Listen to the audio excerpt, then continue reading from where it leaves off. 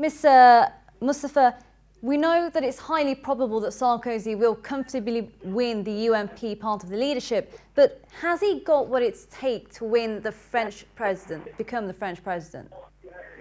Well, it's a bit strange because what he has is the potential to beat François Hollande in the next elections. But of course, the reality is that the real challenger in the next presidential election will come from Marine Le Pen, who appears to be the real challenger and the real bencher for change in France. And I think that's going to be his biggest challenge rather than the incredibly unpopular François Hollande. And do you think that Sarkozy will be able to appeal to the socialists as well? I think at this point, anyone other than François Hollande appears a better choice. And there is, of course, a sense of nostalgia towards the pre-Hollande era at the moment, hence the return of Nicolas Sarkozy to frontline politics. Now, after his defeat, he had announced that he would retire from politics and he would move on to something else.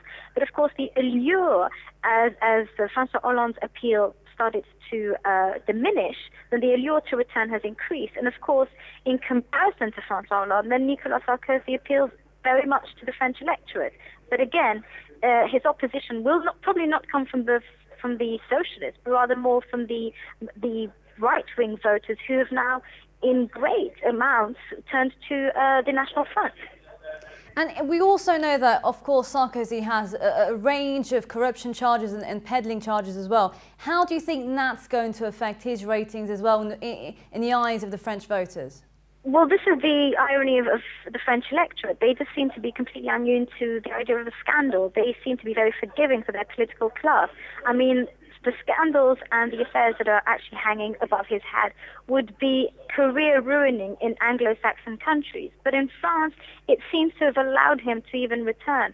And even in the socialist camp, for instance, we're seeing that Dominique Strauss-Kahn is likely to make a comeback, a man who was accused of rape. So we can see that somehow the French don't seem to be very apprehensive at having even criminals at the highest levels of politics.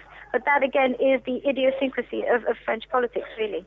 And if we zoom in slightly and look at the UMP, the party in particular, do you think Sarkozy has what it takes to unite the party?